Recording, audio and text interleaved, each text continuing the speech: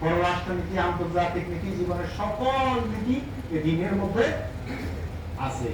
এই কোরআনের মধ্যে যেরকম ব্যক্তির নীতি আছে, এই কোরআনের মধ্যে ব্যক্তি নীতি আছে। একজন ব্যক্তি কিভাবে পরিচালিত হবে, কিভাবে চলবে, এই কোরআনের মধ্যে আছে কি নাই? আছে। তার পরিবার কিভাবে চলবে, পরিবার নীতি, এই পরিবার নীতি কোরআনে কারিমে আল্লাহ দিছে কি দেন নাই? বিশ্বাস হয়? এই কোরআনের মধ্যে আল্লাহ রাব্বুল আলামিন অর্থনীতি দিয়েছেন, এটা বিশ্বাস হয়? অর্থনীতির ব্যাপারে কোরআনে কারিমে আল্লাহ তাআলা বলেন নাই বা অসম্পূর্ণ রেখেছেন, এর কোনো সন্দেহ হয়? সম্পূর্ণ অর্থনীতি সম্পর্কে পুঙ্খানুপুঙ্খ বর্ণনা এখানে আছে এবং তার ব্যাখ্যা স্বরূপ আল্লাহ রাসূলুল্লাহ হাদিসে বর্ণনা করছেন। এই কোরআনের মধ্যে রাজনীতি সম্পর্কে আলোচিত আছে, আর রাজনীতি যেটা এই সম্পর্কে এখানে আলোচনা আছে। এখন কোন মানুষ যদি রাজনীতি করতে চায়, ইমানদার এবং মুসলমান, সে কোরআনের রাজনীতি করবে। সে নিজের ইচ্ছা মতো রাজনীতি করতে পারবে না, তার খেয়াল খুশি মতো একটা দল গঠন করে সে চলতে পারবে না, খেয়াল খুশি মতো সে যা ইচ্ছা তাই করবে, না হবে না। যদি সে মুসলমান দাবি করে, ইমানদার দাবি করে, তাহলে আল্লাহর পক্ষ থেকে আল্লাহ তাআলা বান্দাকে রাজনীতির কি ফর্মুলা দিয়েছেন, বিশ্বনবী সাল্লাল্লাহু আলাইহি সাল্লাম কিভাবে দেখিয়েছেন, ওই পদ্ধতি তাকে অনুসরণ করতে হবে। এরপরে এখানে রাষ্ট্রনীতি আছে, রাষ্ট্র কিভাবে পরিচালিত হবে নাই? মদিনায় নবী সাল্লাল্লাহু আলাইহি সাল্লাম কত বছর রাষ্ট্র পরিচালনা করছেন? কত বছর? 10 বছর মদিনাতে নবী সাল্লাল্লাহু আলাইহি সাল্লাম রাষ্ট্রপ্রধান ছিলেন, 10 বছর পরিচালিত হয়েছে। সূরা বনী ইসরাঈলের মধ্যে আল্লাহ রাব্বুল আলামিন মেরাজে নিয়ে গিয়ে আল্লাহর নবীকে সেখানে শিক্ষা দিয়েছেন কিভাবে তিনি মূল নীতিগুলি মানুষকে শিক্ষা দিবেন। একটি দেশের একটি প্রজার জন্য, প্রজাতন্ত্রের মানুষের জন্য, একটি দেশের মানুষের জন্য কি মূলনীতিগুলো দরকার, মেরাজের রাতে নিয়ে সরাসরি সেখানে আল্লাহ তাআলা ওহী করছেন। সুবহানাল্লাহ। দুনিয়ায় বসে থাকা অবস্থায় ওহী দিতে পারতেন কি পারতেন না? পারতেন না? দুনিয়া যেভাবে জিবরাইল আলাইহিস সালাম এসেছে আল্লাহর পক্ষ থেকে ওহী নিয়ে, ওইভাবে ওই মূলনীতিগুলো দুনিয়া দিতে পারতেন, কিন্তু আল্লাহর নবীকে আল্লাহ তাআলা পছন্দ করেছেন না, এই গুরুত্বপূর্ণ মূলনীতিগুলো আমি তার বন্ধুকে, আমার বন্ধুকে আমি সরাসরি দান করব। মেরাজের রাতে নিয়ে গেছেন, সেখানে এই মূলনীতিগুলো দান করেছেন। সূরা বনী ইসরাঈলের ভিতরে 29 নম্বর আয়াত থেকে আপনারা 39 নম্বর আয়াত পর্যন্ত তেলাওয়াত করবেন, সেখানে পুঙ্খানুপুঙ্খ পাবেন। এরপরে মদিনা সনদ নামে আপনারা নিশ্চয় শুনেছেন, মদিনার একটা সনদ আছে নাকি? আছে কি নাই? ছিল কি নাই? ছিল। মদিনার যে সনদ, সেই সম্পর্কে ইসলামে বর্ণিত আছে, তারা অস্বীকার করার কোনো সুযোগ নাই। ইসলামের মধ্যে আল্লাহ রাব্বুল আলামিনের রাজনীতির বিষয়টা ওই কোরআন কারিমের ভিতরে এবং হাদিসে বর্ণিত আছে। এখানে আছে আন্তর্জাতিক নীতি, এখানে আছে কি? পররাষ্ট্রনীতি, আন্তর্জাতিক নীতি। আপনি একটা দেশ পরিচালনা করবেন, আপনাকে পররাষ্ট্রনীতি সম্পর্কে অভিজ্ঞতা থাকতে হবে। কি বলেন? আন্তর্জাতিক আপনাকে জ্ঞান থাকতে হবে। যদি না থাকে আপনি দেশ কিভাবে পরিচালিত করবেন? কারণ একটা দেশ নিজস্ব শক্তিতে চলতে পারে না, তাকে আরো বহু দেশের সাথে যদি রাখতে হয়, সম্পর্ক রেখে চলতে হয়। এই সমস্ত অর্থাৎ ইসলাম কমপ্লিট জীবন ব্যবস্থা আল্লাহ রাব্বুল আলামিন তার নবীর মাধ্যমে উম্মতদেরকে দান করেছেন। সুবহানাল্লাহ। আমরা এখান থেকে বলার কোনো সুযোগ নাই যে আল্লাহ এই সম্পর্কে কিছু বলেন নাই, এই ব্যাপারে কোনো কিছু বলেন নাই, এই ব্যাপারে আমাদেরকে রুখসত দিয়েছেন, এই ব্যাপারে আমাদেরকে একটু সাইলেন্ট থাকার জন্য বলছেন না। মৃত্যুর আগ পর্যন্ত বান্দার যত কিছু প্রয়োজন সমস্ত কিছু আল্লাহ তাআলা এই কোরআনে বর্ণনা করে দিয়েছেন। এটা বিশ্বাস করে নিতে হবে। যদি কেউ বিশ্বাস না করে, সে কিন্তু কাফের হয়ে যাবে। কোরআনের একটা শব্দকে কেউ অবিশ্বাস করতে পারবে না। তিবয়ানাল লিকুল্লি শাই, আল্লাহ বলতেছেন হে নবী আপনি জানিয়ে দেন উম্মতদেরকে, তিবয়ানাল লিকুল্লি শাই, এই কোরআনের মধ্যে আমি প্রত্যেকটা বিষয় পুঙ্খানুপুঙ্খভাবে বর্ণনা করছি। সুবহানাল্লাহ। এখন মানা না মানা সেটা আমার আপনার বিষয়, কিন্তু স্বীকার করতে হবে এই কোরআনে যে মূলনীতিগুলো আছে, এই কোরআনে যে বিষয়গুলো আছে, এটা আমাদের সবাইকে কি করতে হবে? স্বীকার করে নিতে হবে। মানা না মানা, মানা কেউ বেশি মানবে, কেউ কম মানবে, কেউ পারবে, কেউ পারবে না, এরকম হতে পারে। কারো আমল বেশি হবে, কারো আমল কম হবে, কিন্তু অস্বীকার যদি কেউ করে, সেখানে তার ইমান চলে যাবে। সম্মানিত ভাইরা, ইসলাম ছাড়া আমরা যদি অন্য কোনো দিন বা জীবন ব্যবস্থা মেনে নিতে চাই, সেটা আল্লাহ গ্রহণ করবে না। কোরআনে কারিমে আল্লাহ তাআলা স্পষ্ট করে বলেছেন, وَمَن يَبْتَغِي غَيْرَ الْإِسْلَامِ دِينًا فَلَن يُقْبَلَ مِنْهُ وَهُوَ فِي الْآخِرَةِ مِنَ الْخَاسِرِينَ। ইসলাম ছাড়া অন্য কোনো দিন বা জীবন ব্যবস্থা আল্লাহ তাআলা গ্রহণ করবে না। ইসলাম ছাড়া অন্য কোনো ধর্ম আল্লাহ কি করবেন না? গ্রহণ করবেন না। পৃথিবীতে যত ধর্ম এখন নামে আছে, খ্রিস্ট ধর্ম আছে, ইহুদি ধর্ম আছে, মুশরিকি ধর্ম আছে, অগ্নি পূজকেরা আছে, আছে কি নাই? অনেক ধর্ম এখনো অনেকে দাবি করে আমরা এই ফরজের অনুসারী, এই ফরজের অনুসারী। আল্লাহ বলছেন ইসলাম যখন এসে গেছে, আমি চূড়ান্ত সিদ্ধান্ত দিয়েছি, ওয়ামা ইয়াবতাগি গায়রাল ইসলামি দীনান, ইসলাম ছাড়া এখন আর অন্য কোনো ধর্ম চলতে পারে না। আর আল্লাহ তাআলা বলতেছেন ফালাই ইউকবালা মিনহু, আর ইসলাম ছাড়া আমি অন্য কোনো ধর্ম বা জীবন ব্যবস্থা আমি গ্রহণ করব না। ইউকবালা কবুল করবে না। ইসলাম ছাড়া অন্য কোনো ধর্ম কি করবেন না? কবুল করবেন না। অন্য কোনো ধর্মের লোকদেরকে আল্লাহ কবুল করবেন না, গ্রহণ করবে না। ওয়াহুয়া ফিল আখিরাতি মিনাল খাসিরিন, দুনিয়া তো গ্রহণ করবেই না, পরকালে তারা ক্ষতিগ্রস্ত হবে, অনেক ক্ষতিগ্রস্ত হবে। সম্মানিত ভাইরা, আমরা স্পষ্ট করে কোরআনে কারীম থেকে আরো জানতে পারি যে আল্লাহ রাব্বুল আলামিন এই দ্বীনকে নাযিল করে আমাদের জন্য কমপ্লিট করে দিয়েছেন, যাতে কোনো বান্দা এটা আল্লাহর কাছে বলতে না পারে, আল্লাহ আমি তো হাবুডুবু খাচ্ছি, আমি তো সিদ্ধান্ত নিতে পারছি না, আমি তো বুঝে আসতেছে না আমার আমি কি করব, তুমি কেন এই ব্যাপারে একটা ফয়সালা দাও নাই, এরকম যেন বান্দা না বলতে পারে। বিদায় হজরের ভাষণে আল্লাহ নবী সাল্লাল্লাহু আলাইহি ওয়াসাল্লাম সেখানে দুনিয়াবাসীকে জানিয়ে দিয়েছেন, اليوم أكملت لكم دينكم وأتممت عليكم نعمتي ورضيت لكم الإسلام دينا। اليوم أكملت لكم دينكم, আজ আমি তোমাদের জন্য দ্বীনকে পরিপূর্ণ করে দিলাম, ইসলামকে পরিপূর্ণ করে দিলাম। ওয়া আতমামতু আলাইকুম নি'মাতি, আমি তোমাদের জন্য তোমাদের নিয়ামতকে সম্পূর্ণ করে দিলাম। সুবহানাল্লাহ। ওয়া রাদিতু লাকুমুল ইসলাম দীনা, আর ইসলামকে আমি তোমাদের জন্য জীবন ব্যবস্থা হিসেবে কবুল করলাম। সুবহানাল্লাহ। তাহলে ইসলামটা আমাদের জন্য কি? জীবন ব্যবস্থা। ইসলামটা কি? জীবন ব্যবস্থা। জীবন ব্যবস্থা। জীবন ব্যবস্থা মানে কি? আমার ব্যক্তি থেকে শুরু করে ব্যক্তি, পরিবার, সমাজ, রাষ্ট্র, আন্তর্জাতিক পর্যন্ত জীবনের সকল দিক এবং বিভাগে আমাকে ইসলামী অনুশাসন মেনে চলতে হবে। এটাই হচ্ছে জীবন ব্যবস্থা। আল্লাহ তাআলা কবুল করুন। আমিন। সম্মানিত ভাইরা, আমরা যে আল্লাহর কাছে প্রতিশ্রুতি দিয়ে এসেছিলাম, আমি প্রথমে বলছিলাম যে আমরা মুসলমান, আল্লাহর কাছে আবদার করি নাই, কিন্তু আল্লাহর কাছে আমরা স্বীকৃতি দিয়ে এসেছি, আমরা ওয়াদা করে এসেছি, আমরা সাক্ষী দিয়ে এসেছি আমরা যে মুসলমান।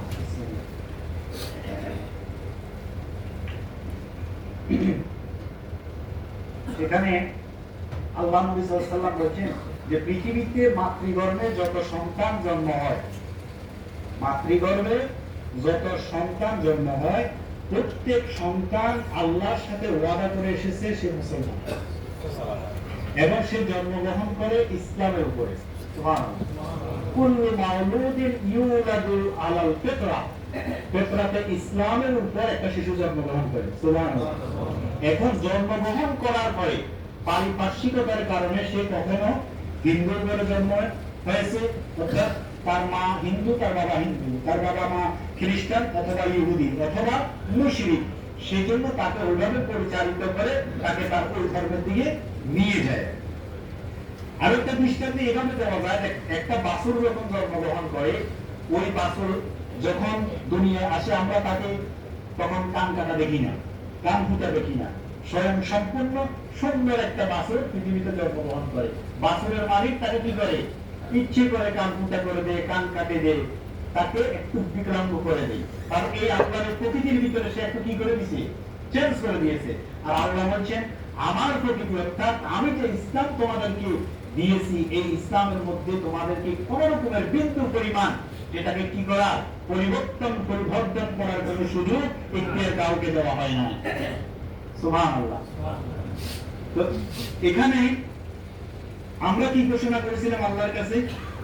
আমরা ঘোষণা করেছিলাম আল্লাহ তাআলা রূহ জগতে আলমে আরোহা সমস্ত রূহগুলোকে একত্রিত করে সেদিন আমাদের থেকে ওয়াদা নিয়েছেন, আমরা স্বীকার করছি। কি আল্লাহ তাআলা বলছেন, আলাস্তু বিরাব্বিকুম, আমি কি তোমাদের প্রভু, আমি কি তোমাদের রব, আমি কি তোমাদের স্রষ্টা, আমি কি তোমাদের পালনেওয়ালা?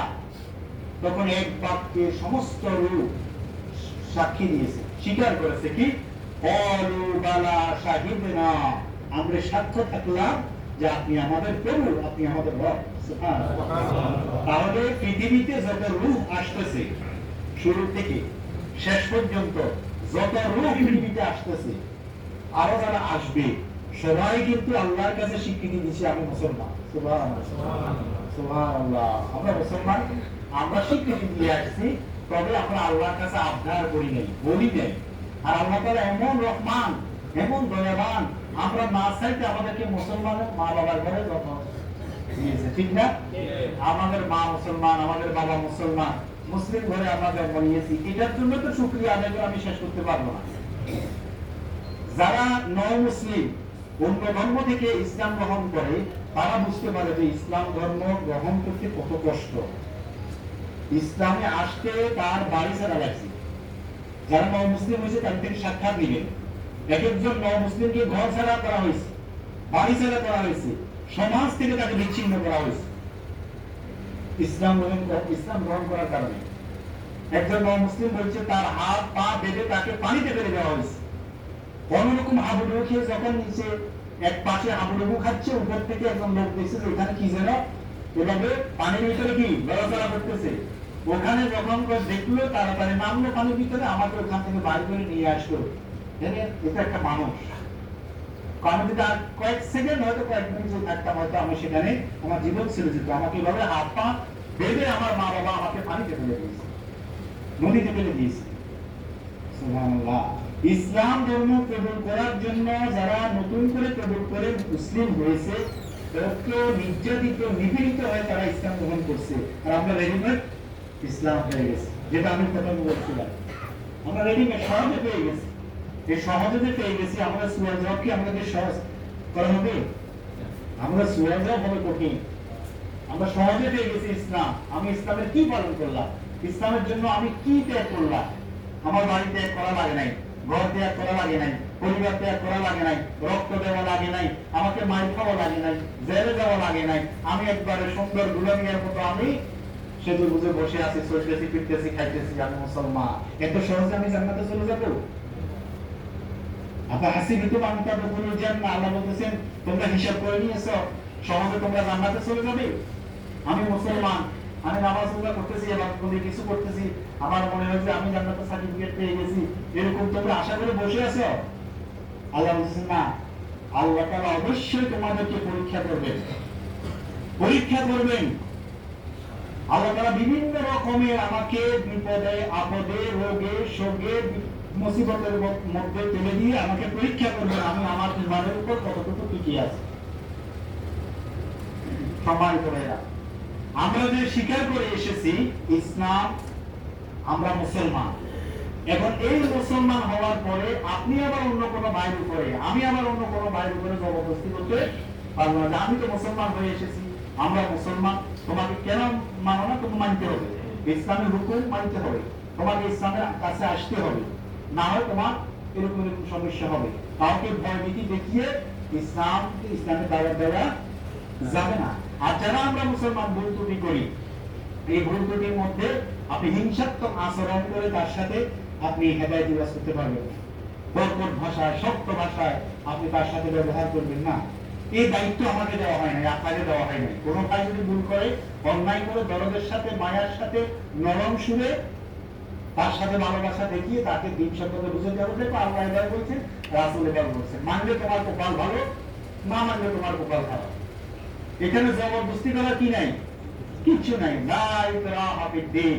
জবরদস্তি করা, আপনি যে কোনো মানুষকে বুঝাইতে গিয়ে, যে কোনো মানুষের সাথে কথা বলতে গিয়ে বাড়াবাড়ি করবেন, তাকে বুঝাইতে গিয়ে আপনি হট্টগোল করবেন, মারামারি করবেন, ইসলাম এর অনুমতি কাউকে দেওয়া হয় নাই।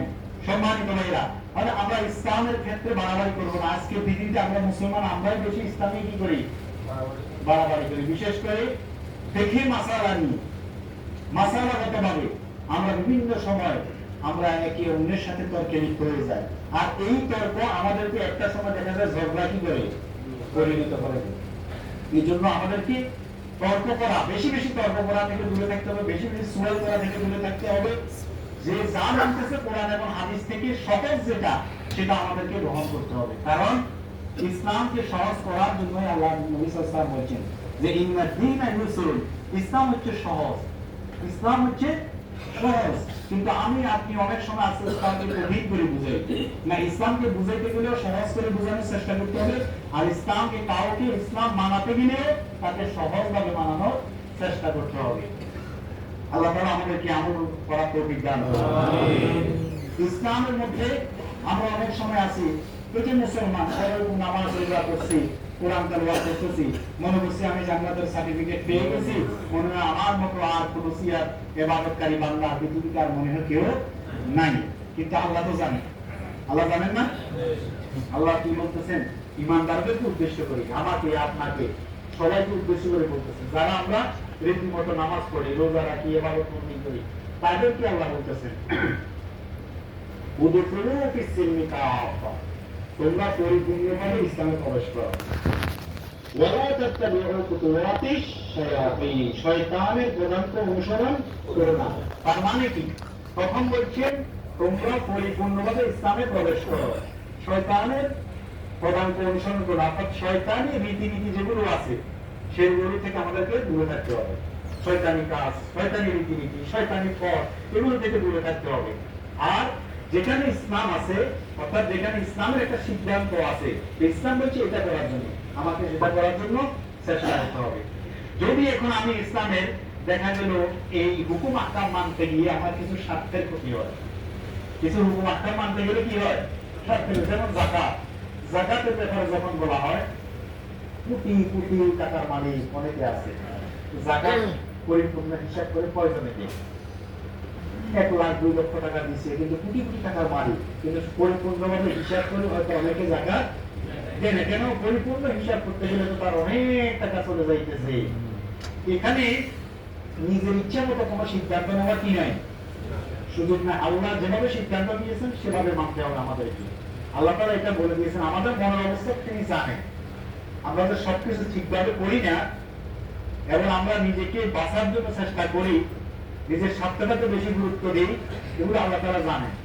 এজন্য বলছেন যে আফাতুমিনুনা বিবাদিল কিতাব ওয়া তাকফুরুনা বিবাদ, এই যে আমাদেরকে একটা কিতাব আল্লাহ তাআলা দান করছেন, এই কিতাবের কিছু অংশ তোমার কাছে ভালো লাগবে আর কিছু অংশ তোমার কাছে ভালো লাগতে নাও পারে। এই জন্য তুমি তোমার পছন্দ মতো যেটা তোমার কাছে যেটা ভালো লাগবে তুমি সেটা গ্রহণ করবে, আর যেটা ভালো লাগবে না, যেটা তোমার জন্য কষ্টসাধ্য হবে, সেটা তুমি গ্রহণ করবে না। এরকমটা হতে পারে না। আল্লাহ বলছেন যারা এমন করবে, নিজের ইচ্ছা মতো, নিজের ইচ্ছা মতো যেটা খুশি সেটা গ্রহণ করছে, যেটা কষ্টকর সেটা থেকে সে বাঁচার চেষ্টা করে, এবং তার ক্ষতি হবে। অর্থাৎ ক্ষতি কি? তার একটু পয়সা হয়তো বেশি চলে যেতেছে, এবার কিন্তু তার সময় বেশি দেওয়া লাগতেছে, সে কি করে? নিজের ইচ্ছা মতো সেটা সিদ্ধান্ত নেয়। অথচ আল্লাহ বলছেন না, ফামা জাযাউ মান ইয়াফআলু যালিকা মিনকুম ইল্লা খিজুন ফিল হায়াতিদ দুনিয়া। যারা নিজের ইচ্ছা মতো, অর্থাৎ কোরআনের কিছুকে মানে আর কিছুকে মানে না, কিছুকে স্বীকার করে আর কিছুকে কি করে? অস্বীকার করে, কিছুকে সে পছন্দ করতে পারে। যেমন এই যে কষ্টসাধ্য যে বিষয়গুলো আছে, না এটা তো আমার জন্য কষ্টকর, না এটা থাক, আমি সহজ সেটা গ্রহণ করি, এরকম করা কি নাই, অনুমতি ইসলামে নাই। ইসলাম যে সিদ্ধান্ত নিয়েছেন, আপনি আমাকে নিজ দায়িত্বে সে সিদ্ধান্ত মেনে নিতে হবে। যদি না মেনে, তাহলে আল্লাহ বলছেন দুনিয়ার জীবনে তোমাকে লাঞ্ছিত হতে হবে, অপমানিত হতে হবে। এটা কে করবে?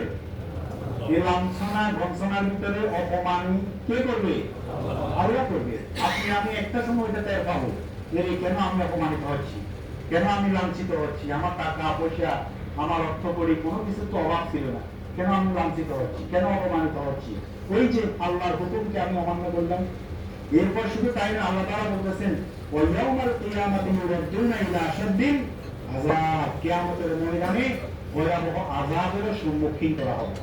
যারা কোরআনের কিছু অংশকে মানবে আর কিছু অংশকে মানবে না, কিছু স্বীকার করবে, কিছু স্বীকার করবে না, কিছু পছন্দ করবে, কিছু পছন্দ করবে না। এরকম স্বভাবের লোক যারা আছে তাদেরকে দুনিয়া অপমান করবে, কারণ আখিরাতে জাহান্নাম লাগবে, আল্লাহ তাআলা নিক্ষেপ করবে। আল্লাহ আমাদের হেফাজত করবে। একটা কথা বলে শেষ করে দিই, সেটা হচ্ছে আল্লাহ তাআলা বলতেছেন যে ওয়ামা আতাকুমুর রাসূলু তাখুযু ওয়ামা নাহাকুম আনহু ফান্তাহু। আমার রাসূল তোমাদেরকে যা যা দিয়েছে তা তোমরা গ্রহণ করো, আর যা থেকে তোমাদেরকে বারণ করেছে তোমরা তার কি করো, দূরে থাকো। এখন আল্লাহ যা দিয়েছেন আমরা কি সবাই আল্লাহর হুকুম মাফিক, অর্থাৎ আল্লাহ রাসূল সাল্লাল্লাহু আলাইহি ওয়াসাল্লাম যা দিয়েছেন আল্লাহর হুকুম মাফিক রাসূলের তরিকা মতো আমরা কি সবাই চলতে পারি? তো আল্লাহ বলছেন না আমার রাসূল যা দিয়েছে তোমরা তা কি করো, গ্রহণ করো। এখানে কিন্তু অস্বীকার করা যাবে না। আল্লাহ রাসূল যা নিয়ে এসেছেন কোরআন এবং সুন্নাহ, আমাদের এটার উপরে কি থাকতে হবে, বিশ্বাস থাকতে হবে, ইস্তেকামাত থাকতে হবে, এটা মানতেই হবে, কোনো সুযোগ নাই। আর আল্লাহ রাসূল সাল্লাল্লাহু আলাইহি ওয়াসাল্লাম যেটা থেকে দূরে থাকতে বলছেন আমাদেরকে সেটা থেকে দূরে থাকার চেষ্টা করতে হবে, দূরে থাকতেই হবে। আল্লাহ আমাদেরকে তৌফিক দান করুন। আমিন। সম্মানিত ভাইরা, অল্প সময়ের ভিতরে যে কথাগুলো বললাম কোরআন এবং হাদিস থেকে, আল্লাহ আমাকে এবং আপনাদের সবাইকে এই কথাগুলো আমল করার তৌফিক দান করুন। আমিন। ওয়া আখিরু দাওয়ানা আলহামদুলিল্লাহ। আসসালামু আলাইকুম ওয়া রাহমাতুল্লাহি ওয়া বারাকাতুহু।